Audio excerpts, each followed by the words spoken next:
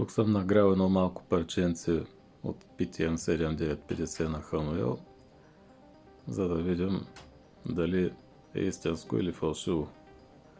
Както виждате, докато е нагрято, добре се разнася с пръст, лесно, като гъста термопаста.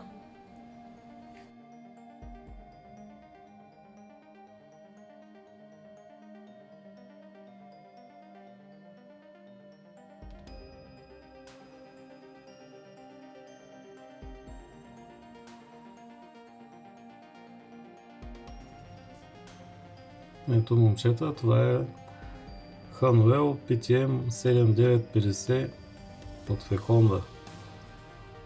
Ето как изглежда. Стоплено.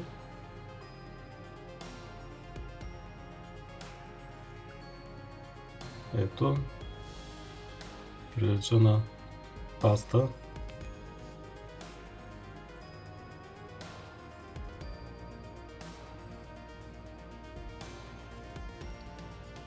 Не е фалшиво.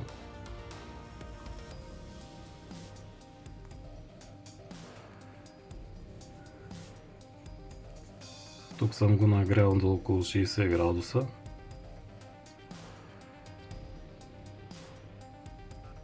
Ето, изглежда много добре. Тук вече ще проверим под микроскоп, когато е стинал този PCM, да видим колко твърд става.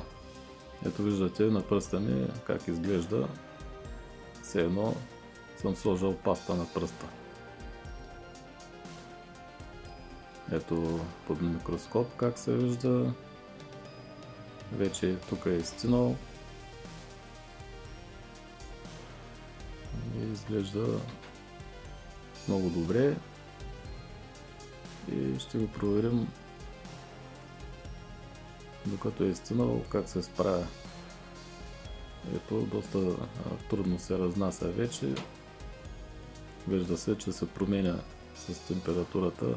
Като е по-топъл, се разнася лесно, като изстине доста трудно вече му се променя формата. Натискам доста силно и трудно се разнася.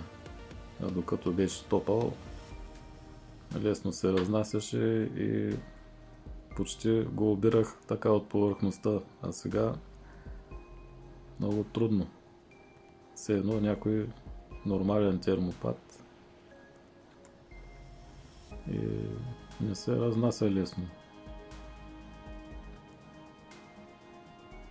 Това го направих за вас, момчета, за да видите дали е фалшиво или оригинално.